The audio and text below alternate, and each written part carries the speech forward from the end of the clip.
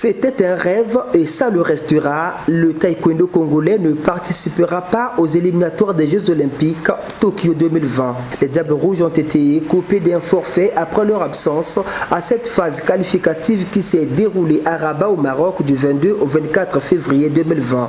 L'information a été confirmée par le président de la FECOTAI qui exprime par ce fait sa grande désolation.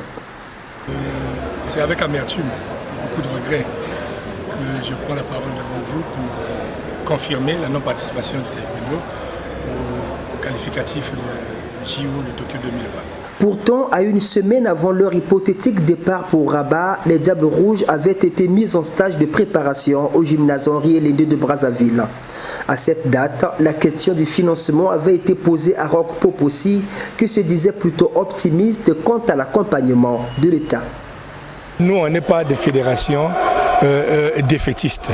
Nous venons avec la foi de croire que l'État doit nous accompagner. Sinon, nous ne ferons pas notre travail.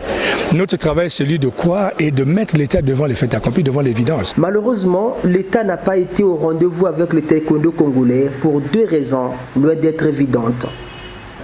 Les raisons, on nous fait savoir que c'est des raisons financières. Après, on nous dit que non, c'est peut-être les raisons de procédure, c'est beaucoup de choses. Malheureusement, nous rejoignons nous également dans le lot des enfants malheureux, les amis de la boxe, qui eux également n'ont pas pu avoir cette opportunité-là d'aller démontrer leur talent à l'échelle internationale. C'est une situation qui compromet toutes les chances des Diables Rouges malgré la dernière cartouche dont dispose la fédération qui veut contourner la situation en prenant une voie à la fois complexe et coûteuse en termes financiers. Nous attendons les places d'universalité. Mais les places d'universalité sont des places très arrachées, attendues à l'échelle mondiale. Il nous faudrait beaucoup d'investissements. Il faut permettre à ce que les Congolais soient à toutes et sinon des grandes compétitions à l'échelle internationale pour permettre d'avoir ce qu'on appelle des rankings.